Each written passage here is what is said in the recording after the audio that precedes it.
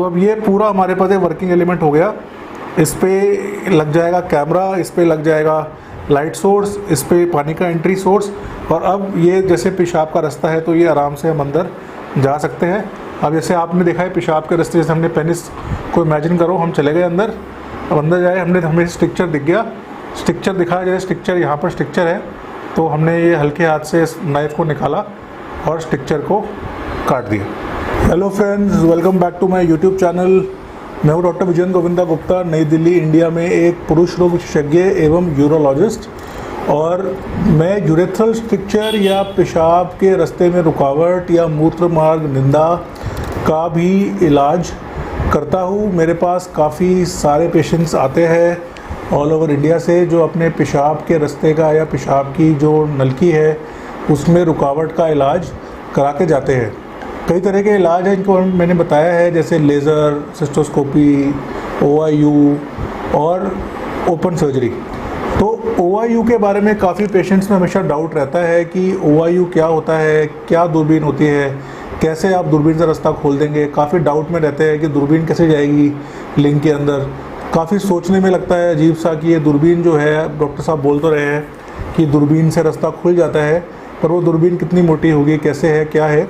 तो आज का वीडियो आपके ये डाउट सॉल्व करने के लिए है। आज के वीडियो में मैं आपको दिखाऊंगा कि सिस्टोस्कोप क्या होता है, सिस्टोस्कोपी कैसे करते हैं, जो पेशाब के रास्ते के अंदर हम जो दूरबीन डालते हैं वो दिखती कैसे है, और दूरबीन के अंदर हम जो पेशाब के रास्ते में जो कटिंग करते हैं वो कटिंग कैसे होती है।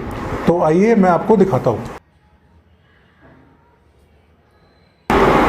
तो चलो फ्रेंड्स, मैं अब आपको दिखाता हूँ कि सिस्टोस्कोपी और जो OIU है उसका क्या क्या सामान हम नॉर्मली OT में इस्तेमाल करते हैं।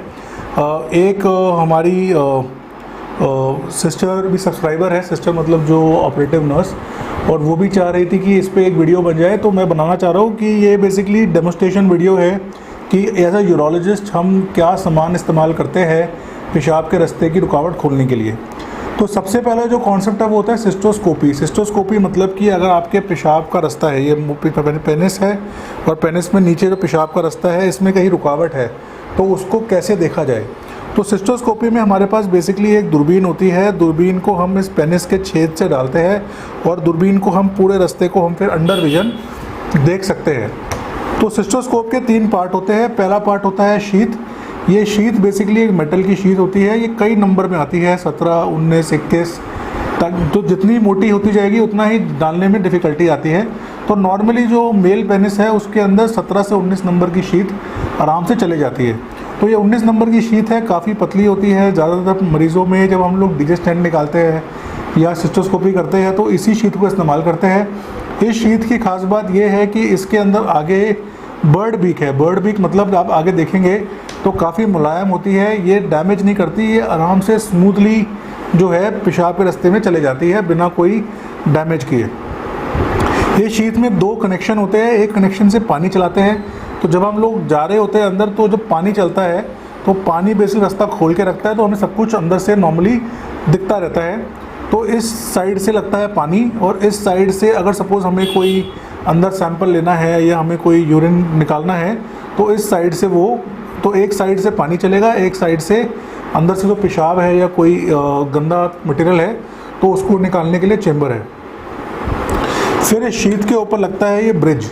ये ब्रिज बेसिकली का मेन फंक्शन है कि ये ब्रिज अलाउ करता है हमको कि हम इस ब्रिज में, एक तो ये ब्रिज ज़रूरी है ताकि हमारा जो स्कोप है, ये बहुत महंगा होता है, ये जो स्कोप है इसकी लेंथ पूरी हो जाए।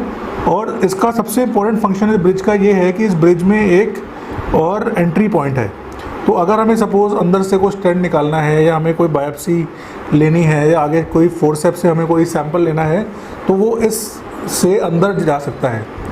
ये हो गया हमारा सिस्टोस्कोपी शीथ। इस सिस्टोस्कोपी शीथ में फिर सिस्टोस्कोप जाता है। सिस्टोस्कोप एक बहुत बारीक दूरबीन होती है। ये दूरबीन है जो मैं दिखा रहा हूँ, ये काफ़ी एक्सपेंसिव है, इसको इसलिए बहुत प्रोटेक्शन रखना पड़ता है। तो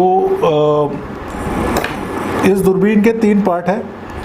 तो इसमें ये होता है आईपीस। आईपीस मतलब जिसमें से हम लोग देख सकते हैं आँख लगा के या कैमरा लगा के, तो इससे हमें सब कुछ दिखेगा जो इस टिप पे है। और ये है लाइट, इसमें आके लाइट लगती है तो जब ये ऑन होगा तो यहाँ से लाइट जाएगी और यहाँ से कैमरा लग जाएगा, तो सब कुछ जो भी हो रहा है इस पर वो क्लियरली दिखेगा। इस दूरबीन को, इस सिस्टोस्कोप को हम इस शीट में डालते हैं। तो अब ये हमारा पूरा सिस्टोस्कोप जो है तैयार हो गया है। अब ये सिस्टोस्कोप की लेंथ इतनी है कि ये नॉर्मली पेनिस के सामने से डालेंगे तो आराम से पूरे के पूरे ब्लैडर के अंदर तक सब कुछ क्लियरली देख सकते हैं। यहाँ कैमरा लग जाएगा, यहाँ लाइट लग जाएगी, यहाँ पानी लग जाएगा और फिर एज अ सर्जन हम इसको आराम से डाल के पूरा अपना जो है रास्ते का जांच देख सकते हैं। तो सिस्टोस्कोपी करके हम ये देख सकते हैं कि पेशाब का रास्ता कैसा है, प्रोस्टेट कैसा है, ब्लैडर कैसा है, अंदर कोई सूजन तो नहीं है, इन्फेक्शन तो नहीं है, स्ट्रक्चर तो नहीं है। अच्छा, ये हो गया सिस्टोस्कोपी। अब सिस्टोस्कोपी में कंप्लीट हो गई, हमें अंदर स्ट्रक्चर मिल गया। स्ट्रक्चर मतलब पेशाब के रास्ते में रुकावट मिल गई, तो अब उस रास्ते के रुकावट को खोलना पड़ेगा। तो खोलना पड़ेगा तो उसको खोलने के दो तरीके हैं। एक तरीका तो है लेज़र। तो लेज़र में तो क्या है कि हमें अलग दवाई की ज़रूरत नहीं है, इसी में से लेज़र का फाइबर चले जाता है और लेज़र का फाइबर आगे आ जाएगा टिप पे और हम उस रास्ते को लेज़र के फाइबर से काट सकते हैं। उसको बोलते हैं लेज़र OIU। थोड़ा ज़्यादा एक्सपेंसिव है, पर एडवांटेज ये है कि ये इतनी पतली दूरबीन से हो सकता है, मतलब हम 17 नंबर से भी उसको कर सकते हैं। एक है कन्वेंशनल OIU या कोल्ड नाइफ OIU, जिसमें हम ये चक्कू है जैसे देख रहे हैं आप, ये बहुत बारीक चक्कू है, जिस चक्कू से हम अंदर हल्के हाथ से, मतलब बाहर बिना कट लगाए, इसी के अंदर से हम जो स्ट्रक्चर को अंदर से कटिंग कर सकते हैं। पर ये चक्कू को डालने के लिए हमें बड़ी दूरबीन चाहिए। आप फ़र्क देखिए, लेज़र करने के लिए हमें सिर्फ 19 से 17 नंबर, मतलब इतनी बारीक दूरबीन से हो जाएगा, जबकि जो हमें अगर OIU करना है तो हमें 21 नंबर की शीट, ये जो शीट है OIU की, ये इस्तेमाल करनी पड़ेगी। तो ये OIU शीट होती है जिसमें कोल्ड नाइफ जाएगा। इसके भी सारे डिफरेंट पैरामीटर्स हैं। इसमें भी एक एंट्री के लिए है जहाँ पानी जाएगा, एक एग्ज़िट के लिए है जहाँ से हम यूरिन में गंदा सामान निकाल सकते हैं। ये बेसिकली गाइड वायर डालने के लिए है। जब हम कटिंग करते हैं तो हम नॉर्मली एक तार डाल के रखते हैं ताकि हिल ना जाए जगह से, कटिंग के टाइम एकदम स्टेबल रहे, तो ये उसके लिए है। उसके बाद कटिंग करने के लिए जो सर्जन है, सर्जन को कटिंग करने के लिए एक डिवाइस चाहिए ताकि हम अपने हाथ से आराम से अंदर नाइफ़ को चला पाए। तो ये डिवाइस है जिससे हम नाइफ़ को चला पाते हैं। तो इस डिवाइस में नॉर्मली ये नाइफ़ जो है ये ऐसे फिट हो जाता है। तो जैसे अब ये डिवाइस में ये हमारा नाइफ़, तो आप देखेंगे जब हम चाहेंगे तो नाइफ अपने, तो हमें जब कटिंग करनी है अंदर तो हम इस नाइफ़ से आराम से अपनी कटिंग कर सकते हैं। जो ये डिवाइस है, ये डिवाइस फिट होगा इसके अंदर, तो ये हमारा वर्किंग एलिमेंट बन गया। वर्किंग एलिमेंट में अब हमें सबसे ज़रूरत क्या है, इसमें अब कटिंग पार्ट है, पानी का पार्ट है, अंदर डल जाएगा, हम जा सकते हैं। पर अब हमें देखना भी तो है, तो देखना है तो उसमें हम अपना जो है ये जो स्कोप दिखाया था मैंने आपको, ये स्कोप को हम आराम से अपना फिट कर सकते हैं। तो अब ये पूरा हमारे पास एक वर्किंग एलिमेंट हो गया। इस पे लग जाएगा कैमरा, इस पे लग जाएगा लाइट सोर्स, इस पे पानी का एंट्री सोर्स, और अब ये जैसे पेशाब का रास्ता है तो ये आराम से हम अंदर जा सकते हैं। अब जैसे आपने देखा है पेशाब के रास्ते, जैसे हमने पेनिस को इमेजिन करो, हम चले गए अंदर, अब अंदर जाए, हमें स्ट्रक्चर दिख गया, स्ट्रक्चर दिखाया जाए, स्ट्रक्चर यहाँ पर स्ट्रक्चर है, तो हमने ये हल्के हाथ से इस नाइफ़ को निकाला और स्ट्रक्चर को काट दिया, निकाला और स्ट्रक्चर को काट दिया। तो कोई कट नहीं लगा, बाहर कुछ नहीं लगा, रास्ता खुला, और इसको हम दूरबीन को अंदर ले गए। दूरबीन को अंदर लेके जब रास्ता बना दिया, फिर दूरबीन को बाहर निकाला।